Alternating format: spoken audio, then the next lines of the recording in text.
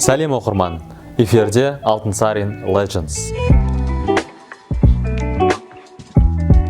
Бүгінгі айдарымызда Хан апа, ұстаздардың ұстазы, Қазақстан халқының еңбек сіңірген қайраткері Бітібаева Қанипа Омарғалиқызы туралы сөз ететін боламыз.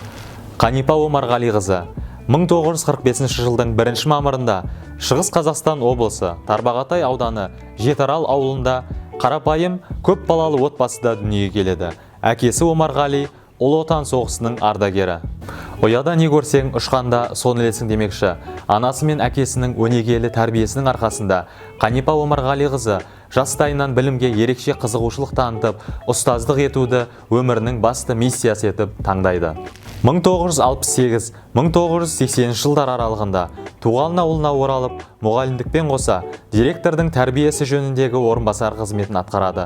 Мол тәжірибе жинап, біліктілігімен көзге түскен ұстазды 1980 жылы Өскемен қаласы Жамбыл атындағы облыстық мамандандырылған мектеп-интернатына шақыртады.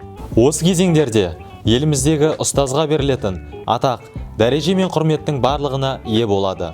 Ұстаздардың ұстазы, халық мұғалімі, Шығыстың Айша бибісі атанған абыз ана Қанипа Омарғалиқызының есімі республика жұртшылығынан асып, ТМД елдеріне дейін жайылады. 1991 жылы ақш-тың Аризона штатындағы Тусон қаласында өткен 15 күндік тәжірибе алмасу семинарында өзінің авторлық методикасымен шетелдік ұстаздарды таңғалдырған үшін Тусон қаласының құрметті азаматы атағына ие болады.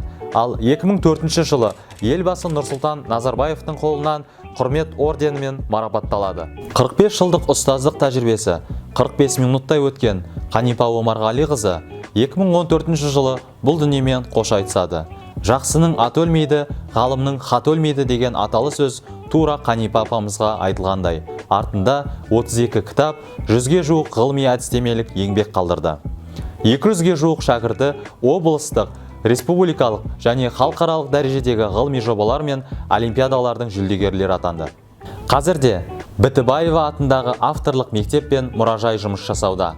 Жыл сайын халықаралық деңгейде қазақ тілі мен әдебиеті пәнінен дәстүрлі Бітібаева олимпиадалары ұйымдастырылады. Ұстаздың биігі ойлана қарасаң биіктей береді, үңіле қарасаң тереңдей береді деп Сократ айтқандай, Бітібаеваның қазақ ағарту ісіне сіңірген еңбегі сөзсіз тарихта қалары анық.